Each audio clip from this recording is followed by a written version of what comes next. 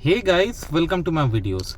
So guys, a very common problem in modern dash cam is like you see the clips, like let's say you have set in the loop in for 3 minutes, but you are saying you see it like 1 minute 20 seconds, sometimes even less than that, and it happens very frequently. Why? Because the rest of the footage goes into emergency mode.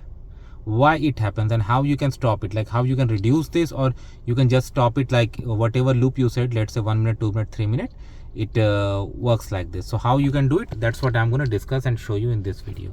So make sure you watch this video till the end. Okay, so guys, this is the Dashcam Hupjos 4K. So the factor that really plays role here is G sensor. So we have to adjust the G sensor according to our choice. So I'm going to settings. Okay, you see there's G sensor. So right now I've turned it off. There's a high, middle, low.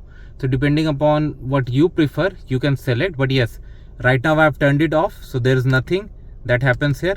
Every time I get 3 minutes clip. Okay, this is what I really wanted, because in case of anything goes wrong, I can quickly download because it has got inbuilt Wi-Fi.